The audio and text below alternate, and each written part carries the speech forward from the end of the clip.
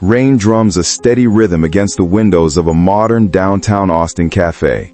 Afternoon light filters through gray clouds, casting everything in muted tones. Emma, 27, sits at a corner table, her fitted navy blazer sharp against the worn wooden chair. Designer heels tap impatiently against the floor. She scrolls through her phone, eyes darting to the entrance every second. The bell above the door chimes. Jack walks in, tall frame wrapped in a worn leather jacket that's seen better days, faded jeans with a small tear at the knee, dark hair deliberately messy. There's something magnetic about him despite the broke aesthetic. He spots Emma, and a slow grin spreads across his face. "Sorry I'm late. Had to walk. My truck's still in the shop." Emma looks up, her smile faltering for just a second before she recovers. "You walked? Babe, you could have Ubered." Jack shrugs, sliding into the seat across from her. "Can't blow $50 on rides when rent's breathing down my neck." Emma classes, but there's something hollow in it. She stirs her coffee, the spoon clinking against ceramic, eyes fixed on the swirling cream. "You know, I was thinking, maybe you should start looking for something more stable. The construction gigs aren't cutting it." "You mean something that pays more?" "I mean something that pays, period." The words hang between them like smoke. Jack's expression doesn't change, but his eyes, there's something unreadable there, something watching, calculating. "That what this is? About money?" "No, I want us to have a future, Jack. Real stability. Is that so wrong?" "Nah, just want to make sure I know what you're really asking for." She reaches for his hand across the table, squeezing it. "I'm asking for us, that's all." He squeezes back, but there's a distance in his smile now. 2 weeks later, Jack's place is small, maybe 600 square feet, but surprisingly clean. Minimalist furniture, nothing fancy. Emma sprawled on the worn couch, phone glowing in her hands as she scrolls through Zillow listings. Jack's in the kitchenette, making instant ramen. "This one's perfect. Just 30 minutes from downtown. 3 bedrooms, big backyard, updated kitchen. Look at this." She flips the phone toward him. The listing shows a pristine suburban home with a price tag that might as well be the moon. Jack, grinning, walking over with 2 bowls. "Yeah, it's nice. You thinking long term?" Emma, playful, accepting the ramen. "Maybe, if we can actually afford something like that." "What if I told you I'm planning something big?" Emma laughs, twirling noodles on her fork. "Big? Like what? Robbing a bank?" Jack smirks, something flickering behind his eyes. "Nah, just something that'll show who's really in it for me, not what I've got." Emma, still focused on her phone. Well, whatever you're planning, make it quick. I'm not getting any older, and neither are my eggs." She says it jokingly, but Jack's smile fades slightly. He watches her scroll through $1,000,000 homes while eating 20-cent noodles, and something in his jaw tightens. 1 month later, Emma wakes to an empty apartment, Jack's side of the bed cold, untouched. She sits up, rubbing sleep from her eyes. "Jack?" Silence. She pads into the main room. His jacket's gone, his phone charger unplugged. On the kitchen counter, a single piece of paper, handwritten. "Don't wait up. Things got messy. I'll be fine." Her breath catches. She grabs her phone, dials his number, disconnected, opens Instagram, account deleted, Facebook, gone. It's like he never existed. Emma, to herself, panicking. "What the hell?" She calls his buddy Marcus, no answer. Calls the construction site foreman. He quit 3 weeks ago. Nobody knows anything. Days bleed into weeks. Bills arrive. Rent, utilities, groceries. She logs into her banking app. Declined. Her card's been canceled. The joint account empty. Emma, whispering, "No, no, no!" A knock at the door. The landlord, mid-50s, clipboard in hand. "Ms. Rivera? Rent's 2 weeks late." Emma, "Jack handles that. There must be some mistake." "Not anymore. He came by last week, told me to take you off the lease, said he's moving out. You got 7 days. The world tilts. Emma grips the door frame. He did what? But the landlord's already walking away. 2 months later, Emma's life is unrecognizable. She's crashing in her friend's guest room, A converted garage that smells like mildew and regret. The room's barely furnished, an air mattress, a folding chair, a lamp with a broken shade. She works at Ruby's Diner on East 6th Street, slinging coffee and hash browns for minimum wage plus tips. The uniform's too tight, the shifts too long, and the customers too demanding. One night, deep into a double shift, Emma wipes down tables while the last stragglers scroll their phones. Lucy, 25, a server with purple-streaked hair and more tattoos than bare skin, slides into the booth next to Emma. "Girl, what's your story? You don't look like you belong here." Emma, bitter laugh. "Trust me, I don't even know where I belong anymore." "That bad, huh? Let's just say, I bet on the wrong guy." Lucy tilts her head, studying Emma like she's a puzzle. "Or maybe you just didn't know what game you were playing." Before Emma can respond, Lucy's already up, clearing plates like she said nothing at all. 3 months since Jack vanished, Emma's walking home after closing shift, exhausted, feet aching in cheap flats. The Austin streets are quiet, just a hum of distant traffic and her own footsteps.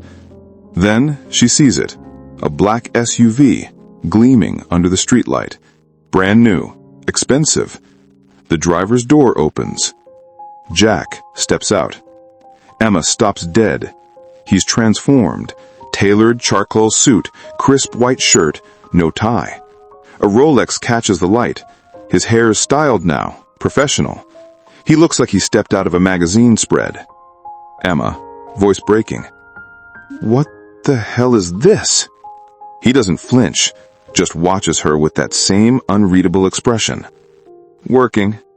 "Working? You ghost me, ruin my life, destroy everything, and that's all you've got? Working?" "I needed to know if you loved me, or what came with me." Emma's hands ball into fists. Tears burn behind her eyes, but fury keeps them from falling.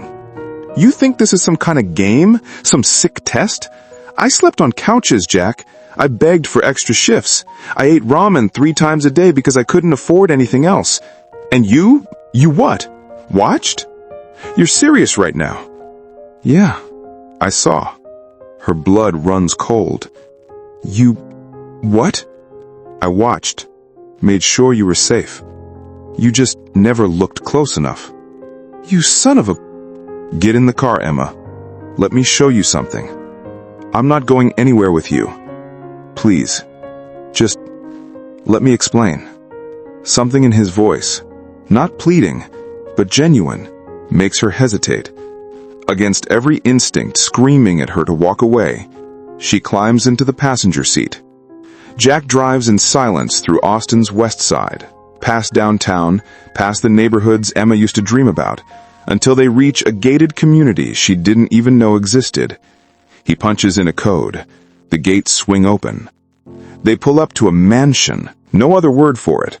Modern architecture, floor-to-ceiling windows, landscaping that probably costs more than Emma's yearly salary. Lights glow warm from inside.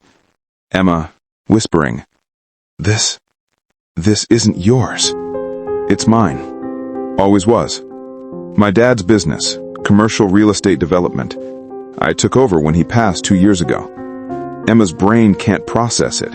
She stares at the house, then at Jack, then back at the house. Then why the hell did you pretend to be broke? Why the crappy apartment? Why construction? Because I wanted to know who'd love me when the cash disappeared. Guess I got my answer. The words hit like a slap. Emma's voice cracks. That's not fair. You lied to me. You manipulated me. So did you. Every time you looked at me like I wasn't enough. Every time you scrolled through houses we couldn't afford. Every time you hinted about my lack of ambition. I never... You did. Maybe you didn't realize it, but you did. And I needed to know. If everything went away, if I lost it all tomorrow, would you stay? And what? I failed your test? Is that it?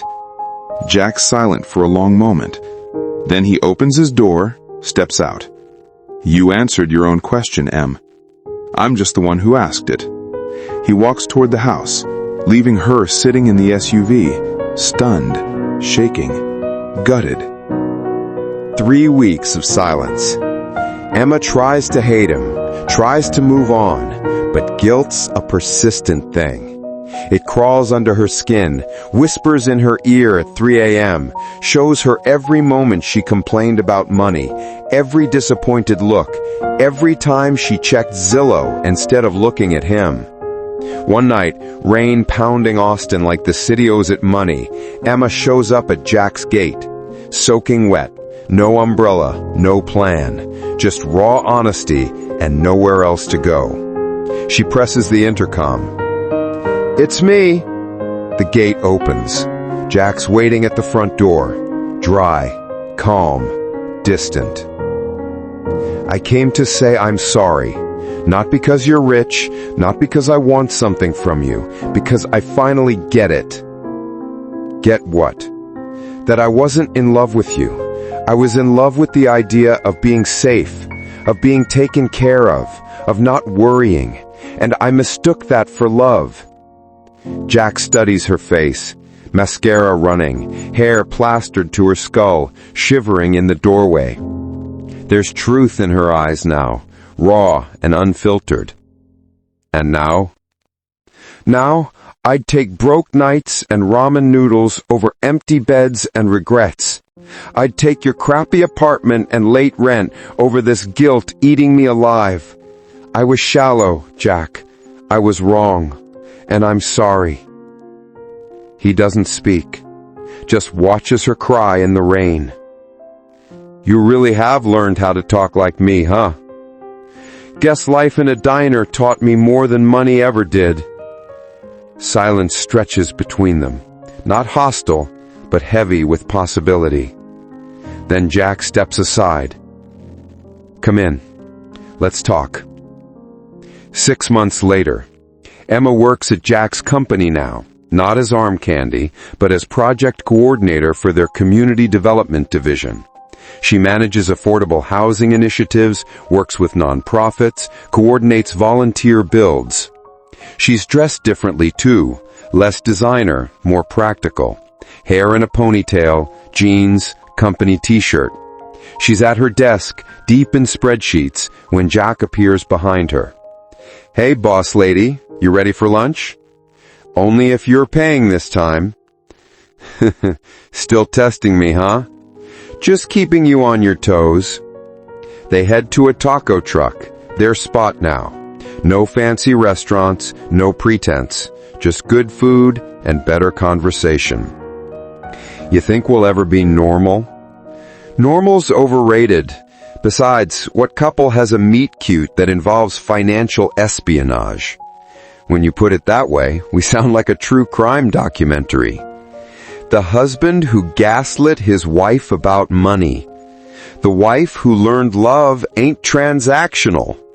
They both laugh, but there's truth underneath the jokes. They've earned this, the easy moments, the trust, the rebuild. 1 week later, Jack sits in his lawyer's office, leather chair creaking as he leans back.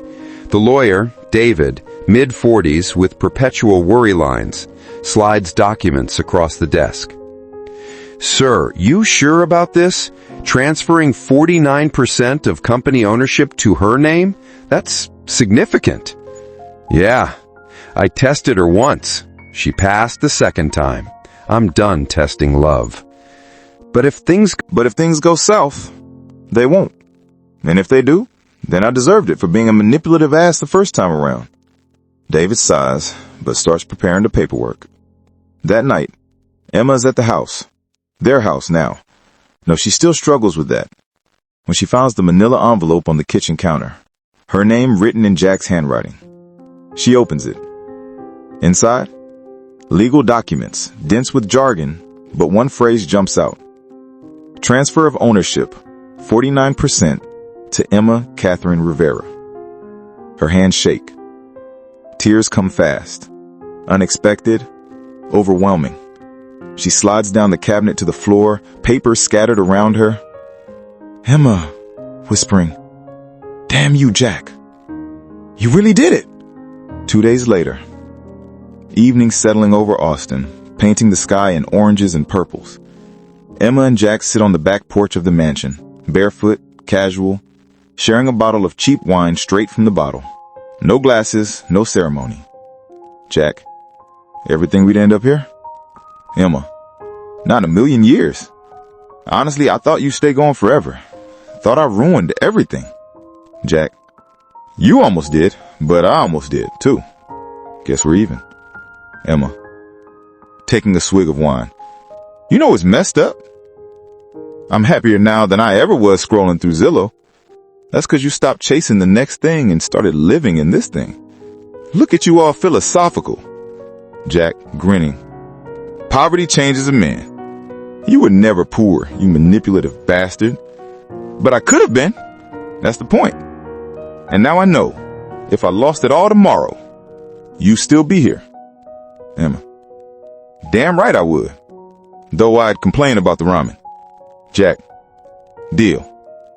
They clink the wine bottle together like a toast. The camera pulls back slowly. The porch, the sprawling yard, the mansion glowing with warm light.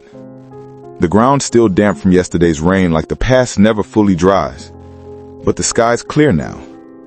Emma leans her head on Jack's shoulder. He wraps an arm around her. Two people who broke each other, then rebuilt something stronger from the pieces.